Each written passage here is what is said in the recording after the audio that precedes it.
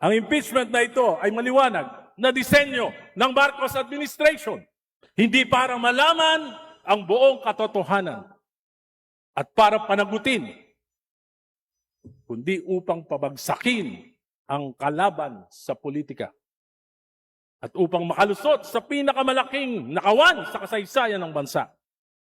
Ginagamit ang mga institusyon na dapat ay neutral tulad ng NBI, COA at AMLAC.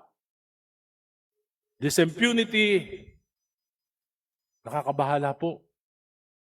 Kailan ito titigil? Paano?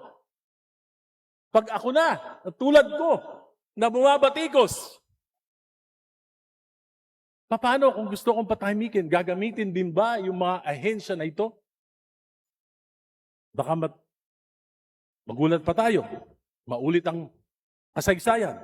Magamit ang mga institusyon para sa pagpapanatili sa kapangyarihan. Naganap na ito. Nagmalabis. Si Pangulong Duterte, maraming inapi. Katulad ni Congresswoman Laila de Lima.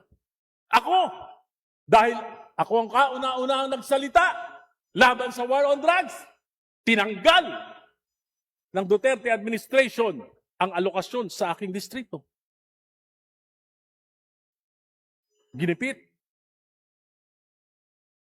Spalit, kung ginawa ito ng administrasyong Duterte sa kanyang mga kritiko,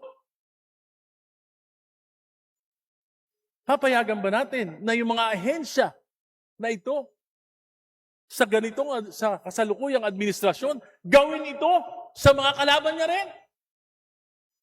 This is impunity. At nakakatakot. Baka maulit ang kasaysayan